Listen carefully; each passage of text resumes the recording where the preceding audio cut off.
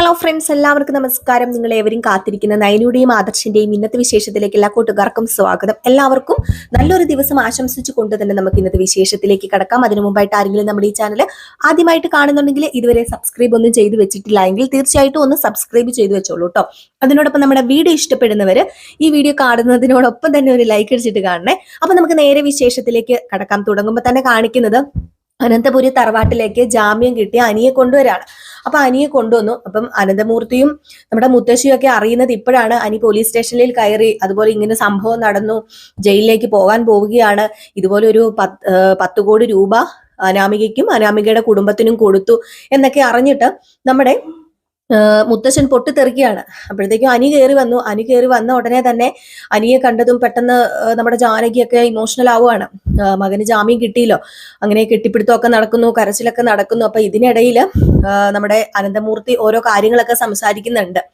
അപ്പം അനി പറഞ്ഞു, ഒരിക്കലും മുത്തശ്ശൻ ആരുടെയും മുമ്പിൽ തൊഴാനായിട്ടൊന്നും പോകരുത്, ഒരിക്കലും മുത്തശ്ശൻ അങ്ങനെ തൊഴുന്നത് എനിക്ക് ഇഷ്ടമല്ല, ഇപ്പൊ തന്നെ ഈ 10 കോടി രൂപ കൊടുത്തിട്ട് എന്നെ പുറത്തിറക്കേണ്ട ഒരു കാര്യമില്ലായിരുന്നെന്ന്. അപ്പൊ ജാനകി പറഞ്ഞു, നീ എന്താടാ ഈ പറയുന്നത്, നീ പുറത്തിറങ്ങരുതെന്നോ, നിന്നെ പുറത്തിറക്കണ്ടായെന്നോ? അതെ, നീ മിണ്ടാതെ അവിടെ ഇരുന്നോണം, എന്റെ ജീവനും ജീവിതവും ഒക്കെ ഞാൻ അവസാനിപ്പിക്കാൻ ഓർത്തിരുന്നതാ. നിനക്ക് ജാമ്യം കിട്ടിയില്ല എങ്കിൽ എങ്ങനെയാ നിനക്ക് ജാമ്യം കിട്ടിയതെന്ന് എനിക്കറിയാം. ആ 10 കോടി രൂപ അനാമികയ്ക്ക് കൊടുത്തിട്ട് തന്നെയാണ്. അവൾ ആ 10 കോടി രൂപ മേടിച്ചതിന് യാതൊന്നും അതിശയിക്കാനില്ല. കാരണം നീ അവളെ എന്തിനാടാ തല്ലിയത്? അതിന്റെ വല്ല ആവശ്യം ഉണ്ടായിരുന്നു നിനക്ക്? അപ്പോഴേക്കും നമ്മുടെ അനി പറഞ്ഞു, എങ്ങനെയാ തല്ലാതിരിക്കുന്നത്? അവൾ ഓരോരുത്തരുടെ പേര് ചൊല്ലി എന്റെ മുമ്പിൽ വന്ന് വെല്ലുവിളിച്ചോണ്ട് നിന്നെ ആ ഒരു സമയത്ത് എന്റെ കൈ പൊങ്ങിപ്പോയി എന്ന് പറഞ്ഞപ്പോ മുത്തശ്ശൻ പറഞ്ഞു, അങ്ങനെയാടാ, ചിലവരെ കുടുംബത്തിലുള്ളവരെ പറഞ്ഞു കഴിഞ്ഞിട്ടുണ്ടെങ്കിൽ ചിലവര് പ്രതികരിക്കുന്ന അറിയാം. അപ്പൊ മനഃപൂർവ്വം നിന്നെ പ്രഷർ കയറ്റാൻ വേണ്ടി ശ്രമിക്കും. കുടുംബത്തിൽ പിറന്നവർക്ക് കുടുംബത്തിൽ കയറി കളിച്ചു കഴിഞ്ഞിട്ടുണ്ടെങ്കിൽ ഇഷ്ടപ്പെടില്ല, അത് സ്വാഭാവികമാണ്. അപ്പൊ അങ്ങനെ നിന്നെ അവരെ എരിവ് കയറ്റി തല്ലിച്ചത് തന്നെയാണ്. ഇപ്പം അതുകൊണ്ട് എന്താ സംഭവിച്ചത്? 10 കോടി രൂപ അവർക്ക് എറിഞ്ഞു കൊടുക്കേണ്ടി വന്നു, അത് നിന്നെ രക്ഷിക്കാൻ വേണ്ടി. അതിനെക്കുറിച്ച് ഇനി സംസാരിക്കുമൊന്നും വേണ്ട. അങ്ങനെ നിനക്കൊരു ബോധം ഉണ്ടായിരുന്നു, മുത്തശ്ശനും മുത്തശ്ശിയും നിന്റെ അച്ഛനും അമ്മയും ഒക്കെ തല കുനിക്കണ്ട എന്നൊരു ബോധം നിനക്ക് ഉണ്ടായിരുന്നുവെങ്കിൽ നീ ഇത് ചെയ്യില്ലായിരുന്നു, നീ അടിക്കാൻ പോയില്ലായിരുന്നു. ഇതുവരെ അനന്തപുരി തറവാട്ടിലെ ആണുങ്ങൾക്ക് പെണ്ണുങ്ങളെ തല്ലി ശീലമില്ല, അത് നിനക്കറിയാലോ. നീ ആരെങ്കിലും ഈ കുടുംബത്തിൽ കിടന്ന് അങ്ങോട്ടും ഇങ്ങോട്ടും പട കൂടുന്നത് കണ്ടിട്ടുണ്ടോ? ഇല്ലല്ലോ. അപ്പൊ അതൊക്കെ അറിഞ്ഞ് നീ ചെയ്യണമായിരുന്നു എന്നൊക്കെ പറഞ്ഞപ്പോഴത്തേക്കും മുത്തശ്ശ, സോറി, ആ ഒരു സമയത്ത് എനിക്ക് പറ്റിപ്പോയി എന്നൊക്കെ പറയാണ്. അപ്പൊ ഇതിനിടയിൽ നമ്മുടെ ആദർശ് പറയുന്നുണ്ട്, ഇനിയിപ്പൊ കഴിഞ്ഞത് കഴിഞ്ഞു പോട്ടെ എന്ന് പറയുമ്പോൾ മുത്തശ്ശൻ പറയുക, കഴിഞ്ഞത് കഴിഞ്ഞെന്നൊന്നും പറയാൻ പറ്റില്ല, ഇനിയിപ്പം ജാമ്യം കിട്ടാൻ വേണ്ടിയാണ് ഈ 10 കോടി രൂപ കൊടുത്തത്. ഇനി കേസ് സ്റ്റോപ്പ് ആക്കാൻ വേണ്ടി എത്ര കോടി രൂപ കൊടുക്കണം എന്നൊന്നും നമുക്ക് ഇനിയിപ്പം ചിന്തിക്കാൻ പറ്റുന്ന കാര്യമല്ല. കാരണം അവര് ചോദിക്കുന്ന പൈസ നമ്മൾ കൊടുക്കേണ്ടി വരും. കേസ് പിൻവലിച്ചിട്ടില്ലല്ലോ, ജാമ്യം കിട്ടിയതല്ലേ ഉള്ളൂ. അപ്പൊ കേസ് ഇങ്ങനെ തുടർന്നോണ്ടേ ഇരിക്കും. അപ്പൊ ഇതിനിടയിൽ അവർ പറയുന്ന ആ ഒരു കോമ്പൻസേഷൻ ഒക്കെ നമ്മൾ കൊടുക്കേണ്ടി വരും എന്ന് തന്നെ മുത്തശ്ശൻ പറയാണ്. അപ്പൊ ഇതൊക്കെ കേട്ടിട്ട് ആകെപ്പാടെ അനിക്ക് കൈയും കാലും ഒക്കെ വിറയ്ക്കുന്നുണ്ട് കേട്ടോ. കാരണം അനി ചെയ്തതും ഒരു തെറ്റ് തന്നെയാണ്, അങ്ങനെ അടിച്ചത് കൊണ്ടാണല്ലോ സംഭവം ഉണ്ടായതെന്ന് എനിക്ക് തോന്നുന്നുണ്ട്. പക്ഷെ അതെനിക്കൊരു കുറ്റബോധവും തോന്നുന്നില്ല കേട്ടോ. കുറ്റബോധം തോന്നാനായിട്ട് നമ്മുടെ അനാമിക്ക് 2 പൊട്ടിച്ചത് നല്ല കാര്യം തന്നെയാണെന്ന് എല്ലാവരും പറയത്തുള്ളൂ. അപ്പൊ ഇതൊക്കെ കഴിഞ്ഞ് പിന്നെ കാണിക്കുന്ന സീൻ എന്ന് പറഞ്ഞാൽ നമ്മുടെ സച്ചിൻ SI ഉണ്ടല്ലോ, സച്ചിൻ SI അല്ല, സച്ചിൻ SI അല്ലല്ലോ അല്ലെ, സച്ചിൻ അവിടെ ഓഫീസിൽ ഇങ്ങനെ പോലീസ് സ്റ്റേഷനിൽ ഇങ്ങനെ ഇരിക്കുകയാണ്. ഇപ്പം അവന് ജയിലിൽ വിട്ട് കാണും. ഇപ്പം നന്ദുവും പോലീസുകാരും കൂടെ ഇങ്ങോട്ട് വരും, ആ വാർത്ത കേൾക്കാൻ വേണ്ടി ഞാൻ കാത്തിരിക്കാന്നൊക്കെ പറഞ്ഞ് ഇങ്ങനെ ഇരിക്കുമ്പോഴത്തേക്കും നന്ദു വന്നു. കോൺസ്റ്റബിൾ ഒക്കെ വന്നു കഴിഞ്ഞപ്പോഴത്തേക്കും എന്തിയെ അനിയെ ജയിലിലേക്ക് കൊണ്ടുപോയെന്ന് ഇങ്ങനെ ചോദിക്കുകയാണ്. അപ്പം പറഞ്ഞു, അനിയെ ജയിലിലേക്ക് കൊണ്ടുപോയില്ല, അവന് ജാമ്യം കിട്ടി സാറേന്ന്.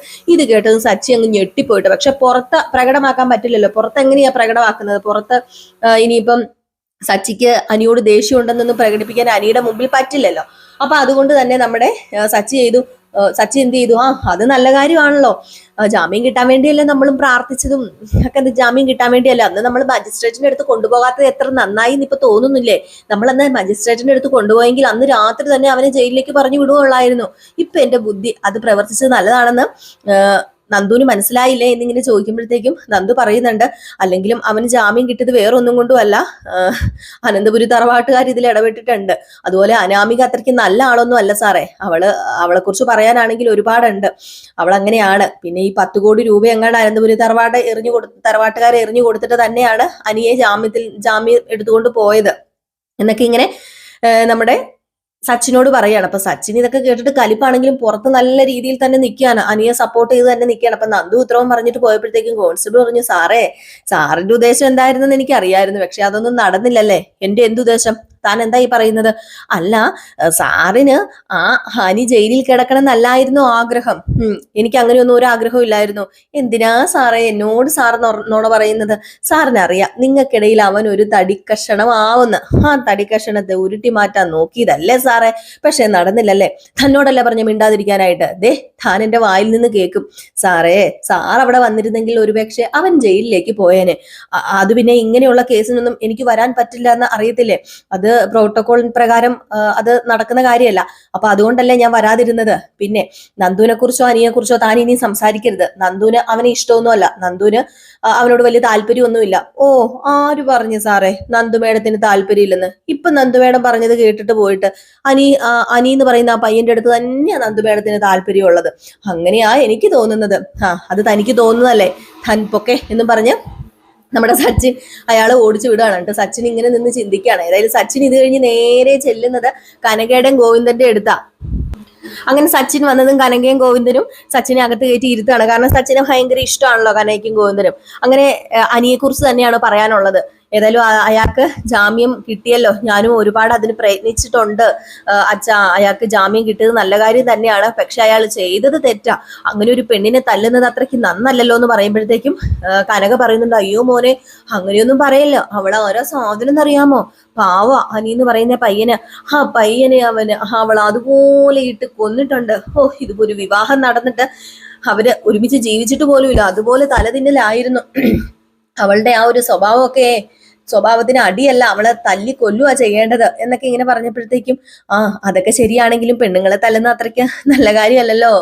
അതുകൊണ്ടാണ് ഞാൻ പറഞ്ഞത്. പിന്നെ ഈ പറയുന്ന നന്ദുവിനോട് എനിക്കൊരു ചെറിയ ക്രഷ് ഉണ്ടെന്ന് എനിക്കറിയാം.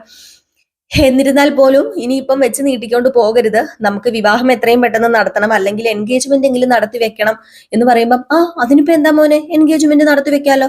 പിന്നെ നന്ദുവിന് അവനോട് വലിയ സ്നേഹമൊന്നും ഇല്ലെന്നേ. പിന്നെ അനന്തപുരി തറവാട്ടിലെ പയ്യനല്ലേ എന്ന് ഓർത്തിട്ടാ നന്ദു അങ്ങ് എന്താ പറയുന്ന ഒന്ന് തഴഞ്ഞു കൊടുക്കുന്ന, അല്ലാതെ നന്ദുവിന് സ്നേഹമൊന്നുമില്ല. പിന്നെ എന്റെ രണ്ടു മക്കളുടെ കാര്യം അറിയാലോ. മോനെ ഭയങ്കര ഇഷ്ടാണ്. മോനെന്ന് വെച്ചാൽ ജീവന. മോനും നന്ദുവായിട്ടുള്ള കല്യാണം നടക്കണമെന്ന് അവരൊക്കെ ആഗ്രഹിക്കുന്നത്. അതുകൊണ്ട് പേടിക്കാനൊന്നും ഇല്ല മോനെ, ഉടനെ തന്നെ നമുക്ക് ഇതെല്ലാം നടത്താനായിട്ട് സാധിക്കും. മോനേതായാലും വീട്ടിൽ പറഞ്ഞോ നമുക്ക് എൻഗേജ്മെന്റ് നടത്തി വെക്കാം. മോനെ ഞങ്ങൾക്ക് അത്രയ്ക്ക് ഇഷ്ടം, മോനെ ഞങ്ങൾക്ക് അത്രയ്ക്ക് വിശ്വാസമാ. നിന്നെ പോലെ ഒരു പയ്യൻ ഞങ്ങളുടെ കുടുംബത്തിൽ കയറി വരുന്നത് അഭിമാനമല്ലേ എന്നൊക്കെ ഇങ്ങനെ പറയാണ്. അപ്പൊ സച്ചിൻ ഇതൊക്കെ കേട്ടിട്ട് വലിയ പൊങ്ങച്ചം കളിച്ച് ഇങ്ങനെ ഇരിക്കുകയാണ് കേട്ടോ. അപ്പൊ ഇതൊക്കെ കഴിഞ്ഞ് പിന്നെ കാണിക്കുന്ന സീൻ എന്ന് പറഞ്ഞു കഴിഞ്ഞിട്ടുണ്ടെങ്കിൽ നമ്മുടെ അനന്തമൂർത്തിയും മുത്തശ്ശിയും കൂടി ഇങ്ങനെ ഇരിക്കുകയാണ്. അപ്പൊ അനന്തമൂർത്തി മുത്തശ്ശി ഇങ്ങനെ അനിയുടെ കാര്യത്തെക്കുറിച്ചും അവരുടെ ആ കുടുംബജീവിതത്തെ കുറിച്ചൊക്കെ ഇങ്ങനെ ചർച്ച ചെയ്യും, അങ്ങോട്ടും ഇങ്ങോട്ടും ഒക്കെ പറയും. എന്നിട്ട് പറയുവാണ്, മുത്തശ്ശൻ പറയുക, ഏതായാലും ഇനി മുന്നോട്ടേക്കുള്ള കാര്യങ്ങൾ ഏതാന്നൊന്നും അറിയില്ല, ജാമ്യം കിട്ടിയെന്നേ ഉള്ളൂ, ബാക്കി കാര്യങ്ങളൊന്നും നമുക്ക് അറിയത്തില്ല. അതുകൊണ്ട് തന്നെ ഒരു കാര്യം ചെയ്യണം, ഉടനെ തന്നെ ഒന്ന് വിളിക്കണം അനാമികേനെയും അതുപോലെ തന്നെ രേവതിനെയൊക്കെ ഒന്ന് വിളിച്ചിട്ട്, വേണുവിനെ ഒന്ന് വിളിച്ചിട്ട് ഇനി മുന്നോട്ടേക്കുള്ള കാര്യങ്ങൾ എന്താണെന്ന് ചോദിച്ചറിഞ്ഞ് മനസ്സിലാക്കണം എന്ന് പറഞ്ഞപ്പോഴത്തേക്കും, അപ്പം നിങ്ങൾ വിളിക്കാൻ പോവാണോ, അദ്ദേഹം ഇപ്പം വിളിക്കാൻ പോവാണോ, അതിന് അവരുടെ മുമ്പിൽ താഴേണ്ട കാര്യമുണ്ടോ എന്ന് ചോദിച്ചപ്പോൾ താഴേണ്ട കാര്യം ഉള്ള സമയത്ത് താഴ്ന്നേ പറ്റൂ, ഇനിയിപ്പം താഴാതിരുന്നാൽ ശരിയാവത്തില്ല എന്ന് പറഞ്ഞ് നേരെ വേണുവിനെ വിളിക്കുകയാണ്. അങ്ങനെ വേണുവിനെ വിളിച്ചു. വേണു ഫോൺ എടുക്കുകയാണ്. അപ്പം വേണു അല്ല ആദ്യം കാണുന്നത് രേവതിയാണ്. രേവതി ഓടി ഫോൺ കൊണ്ടുവരും. ആ കിളവൻ വിളിക്കുന്നുണ്ട്, കിളവൻ പറഞ്ഞുകൊണ്ട് വരുമ്പോ ഏത് കിളവന്റെ കാര്യമാണ് നീ പറയുന്നത്? അനന്തപുരി തറവാട്ടിലെ ആ പട് കിളവനില്ലേ, അങ്ങേര് വിളിക്കുന്നുണ്ട്. ഇങ്ങ് തന്നേന്ന് പറഞ്ഞ് വേണു പെട്ടെന്ന് ഫോണൊക്കെ മേടിച്ചിട്ട് ഹലോ എന്താണിപ്പോ ഇങ്ങോട്ടേക്ക് ഒരു വിളി എന്നൊക്കെ ഇങ്ങനെ ചോദിച്ചു കഴിഞ്ഞപ്പോഴത്തേക്കും, അത് പിന്നെ കാര്യങ്ങൾ ഞാൻ ഇനി പ്രത്യേകിച്ച് പറഞ്ഞു തരേണ്ട ആവശ്യമൊന്നും ഇല്ലല്ലോ, ഞാനിപ്പം വിളിച്ചത് വേറൊന്നും കൊണ്ടും അല്ല, ജാമ്യം കിട്ടിയ എനിക്ക് ഇനി മുന്നോട്ടേക്ക് എന്താണെന്ന് വെച്ചിട്ടുണ്ടെങ്കിൽ അത് നല്ല രീതിയിൽ തന്നെ ചെയ്യണം. ഒരിക്കലും ഞങ്ങളുടെ മകനെ അനന്തപുരി തറവാട്ടിൽ നിന്ന് ആരെയും ജയിലിലേക്ക് പറഞ്ഞയക്കാൻ വേണ്ടി ഞങ്ങൾ സമ്മതിക്കില്ല. അതിനുവേണ്ടി ഞങ്ങൾ എന്ത് ചെയ്യാൻ തയ്യാറാണ്. നിങ്ങളുടെ മകൾക്കിട്ട് എന്റെ മകൻ അടിച്ചിട്ടുണ്ടെങ്കിൽ അതൊരു തെറ്റ് തന്നെയാണ്. പക്ഷെ കേസുമായി ഇനി അധികം മുന്നോട്ടേക്ക് പോകരുത്. അതിന് പകരമായിട്ട് ഞങ്ങൾ എന്ത് തരാൻ ഞങ്ങൾ തയ്യാറാണ് എന്ന് മുത്തശ്ശൻ വിളിച്ചു പറയുന്നു. അപ്പൊ ഇത് കേട്ടിട്ട് വേണുവിനങ്ങ് സന്തോഷമാകാണ്. അപ്പൊ വേണു ഫോണൊക്കെ കട്ട് ചെയ്തിട്ട് അവിടെ കിടന്ന് അലറി വിളിക്കുകയാണ് കേട്ടോ. അപ്പൊ പെട്ടെന്ന് അനാമി ചോദിച്ചു, എന്താ അച്ഛന് പറ്റിയത്? അപ്പം രേവതി പറഞ്ഞു, അനന്തപുരി തറവാട്ടിൽ നിന്ന് കിളവൻ വിളിച്ചിട്ടുണ്ടായിരുന്നു. അതേ മോളെ, കിളവൻ വീണു. കിളവൻ വീണെന്നോ? എന്നിട്ട് കിളവൻ എന്തെങ്കിലും പറ്റിയോ ഏയ് അങ്ങനെയല്ല മോളെ, കിളവൻ നമ്മളുടെ വലയിൽ വീണു. നമ്മൾ വിചാരിച്ച പോലെ തന്നെയാ കാര്യങ്ങളൊക്കെ നടക്കാൻ പോകുന്നത്. ഓ, ഇനി കിളവനെ ഉണ്ടല്ലോ നമ്മൾ ഒരു പിഴിയലങ്ങ് പിഴിയും. ഊറ്റി ഊറ്റി ഊറ്റി മൊത്തം ഇങ്ങ് എടുക്കണം. ആ കിളവൻ അനുഭവിക്കണം. അനന്തപുരി തറവാട്ടിലെ സ്വത്ത് മുഴുവൻ നമുക്ക് വന്ന് ചേരണം. നിന്നെ കൊണ്ടോ പറ്റിയില്ല ഇതിനൊന്നും. ദേ ഇപ്പൊ ഞാനായിട്ടൊരു വഴി ഒരുക്കി തന്നിരിക്കുക. ഇതിലെങ്കിലും മോളെ നീ കേറി പിടിക്കണം. അല്ല അച്ഛൻ എന്താ ഈ പറയുന്നത്? ജാമ്യം മാത്രമല്ലേ കിട്ടിയിട്ടുള്ളൂ, ബാക്കിയുള്ള കാര്യങ്ങളൊക്കെ ചെയ്യണമെങ്കിലും ഇനി സമയം ഉണ്ട് നമുക്ക്. അപ്പം ഈ കേസ് പിൻവലിക്കാനും കേസിന് പോകാതിരിക്കാനും കേസ് വിളിക്കുമ്പോൾ ഹാജരാകാതിരിക്കാനും ഒക്കെയുള്ള ദിവസങ്ങളിൽ നമ്മുടെ ദിവസങ്ങളാ. അപ്പൊ നമ്മൾ അവരുടെ കയ്യിൽ നിന്ന് പൈസ മേടിക്കും, നമ്മൾ കേസിന് പോകത്തില്ല. അങ്ങനെ പല പല ഭീഷണി മുഴക്കി നമ്മൾ കുറേ പൈസ മേടിക്കും. ദേ മോളെ, കിട്ടുന്നതിൽ നിന്ന് പകുതി ഈ അച്ഛനുള്ളതാണേ. പിന്നെ അച്ഛന് പകുതി ഒന്നും തരത്തൊന്നുമില്ല, വേണമെങ്കിൽ ഒരു കാൽ ഭാഗം തരാം. ഞാൻ കഷ്ടപ്പെട്ട അനന്തപുരി തറവാട്ടിലേക്ക് കയറി പറ്റിയത്. ഓ, നിന്റെ കഷ്ടപ്പാടിനെ കുറിച്ച് എന്നോട് പറയുമൊന്നും വേണ്ട. നിനക്ക് വേണമെങ്കിൽ ആ വീട്ടിൽ നിന്നിട്ട് എത്ര രൂപ സമ്പാദിക്കായിരുന്നു. എന്നിട്ട് അതിനൊന്നും നിനക്ക് കഴിഞ്ഞില്ലല്ലോ. ദേ അച്ഛാ, ഉള്ളത് സമ്പാദിച്ചതെല്ലാം ഞാൻ അച്ഛന് കൊണ്ട് തന്നതല്ലേ. എന്നിട്ട് ഓരോന്ന് ചെയ്തു വെച്ചിട്ട് ഇപ്പൊ നീ ഒന്നും പറയണ്ട. അപ്പൊ രേവതി പറഞ്ഞു, അല്ലെങ്കിൽ ഇവക്ക് നമ്മളോട് സ്നേഹമില്ല. സ്വന്തം അച്ഛനമ്മ എന്നാ പിന്നെ കുറച്ച് പൈസ കൊടുക്കാന്ന് അവളൊന്ന് ചിന്തിക്കുന്നു പോലും ഇല്ലല്ലോ. ഇവള് എന്തൊരു മോളാ എന്നിങ്ങനെ നമ്മുടെ രേവതിയും പറയാണ്. അപ്പൊ ഇതിനു ശേഷം പിന്നെ കാണിക്കുന്ന സീൻ എന്ന് പറഞ്ഞിട്ടുണ്ടെങ്കിൽ അനന്തമൂർത്തിനെ തന്നെയാണ്. അപ്പൊ അനന്തമൂർത്തി ഇങ്ങനെ ഓരോ കാര്യങ്ങൾ അവിടെ ഇരുന്ന് പിന്നെ സംസാരിക്കുന്നതാണ് കാണിക്കുന്നത്. അങ്ങനെ അനന്തമൂർത്തി പറയാണ്, ഇപ്പൊ അവര് പറയുന്ന കാര്യങ്ങളൊക്കെ അനുസരിച്ചല്ലേ പറ്റത്തുള്ളൂ. അവര് പറയുന്ന പണം കൊടുക്കാൻ തന്നെയാണോ ഇദ്ദേഹത്തിന്റെ തീരുമാനം? അതെ, ആ പണം കൊടുക്കണം. കൊടുക്കാതെ പിന്നെ എന്ത് ചെയ്യാനാണ്? അനിയെ കോടതി കയറ്റാനും ജയിലിലേക്ക് പറഞ്ഞു വിടാനും പറ്റത്തില്ലല്ലോ നമുക്ക് പറ്റുമോ അതിന്? ഒരിക്കലും പറ്റത്തില്ല. അപ്പം അവര് പറഞ്ഞ പണം തന്നെ കൊടുക്കുകയാണോ? പറഞ്ഞല്ലോ, ആ പണം കൊടുക്കണം, കൊടുത്തേ പറ്റൂ. എനിക്ക് ഇപ്പം വേറെ ഒന്നുമില്ല മുമ്പില്. അനിയെ രക്ഷിക്കണം. അനിയെ ജയിലിലേക്ക് പറഞ്ഞു വിടാൻ നമുക്ക് ഒരിക്കലും സാധ്യമല്ല. ഈ കുടുംബത്തിന്റെ തകർച്ച അത് നമുക്ക് കാണണോ? വേണ്ട, ഒരിക്കലും അത് പാടില്ല എന്നൊക്കെ ഇങ്ങനെ പറയാണ്. ഇത് കഴിഞ്ഞ് പിന്നെ കാണിക്കുന്നത് നമ്മുടെ വേണുവിനെയാണ് കേട്ടോ. വേണു ഇങ്ങനെ വക്കീലിന്റെ അടുത്തിരിക്കും. അപ്പം വക്കീല് ഭയങ്കരമായിട്ട് ചിരിക്കുകയാണ്. അപ്പം വേണുവിനും വക്കീലിനും എന്താ പറയാ, ജയിച്ച ആ ഒരു ഇതാണ്. അപ്പം വക്കീല് പറഞ്ഞു, കോടികൾ ആസ്തിയുള്ള മനുഷ്യർക്കൊക്കെ ഉണ്ടല്ലോ കോടതി കയറി ഇറങ്ങാൻ താല്പര്യം ഉണ്ടാവത്തില്ല. അതുകൊണ്ട് അവർ പെട്ടെന്നൊരു കോംപ്രമൈസിന് ശ്രമിക്കും. അതാ ഇപ്പം നടന്നുകൊണ്ടിരിക്കുന്നത്. പിന്നെ ചില കടുംപിടുത്തക്കാരുണ്ട്, അവരാണ് കുഴപ്പക്കാര്. ഏതായാലും ക്യാഷ് ഉള്ളത് കൊണ്ട് അവര് നല്ല വക്കീലിനെ വെച്ച് എത്ര കാലം വേണമെങ്കിലും അത്രക്കാര് കേസൊക്കെ നടത്തും. ഇതിപ്പോ അഭിമാനവും കുടുംബ പാരമ്പര്യവും ഒക്കെ നോക്കുന്നോണ്ടാണ് അനന്തപുരി തറവാട്ടുകാർ ഇങ്ങനെ ഒന്നും ചെയ്യാത്തത്.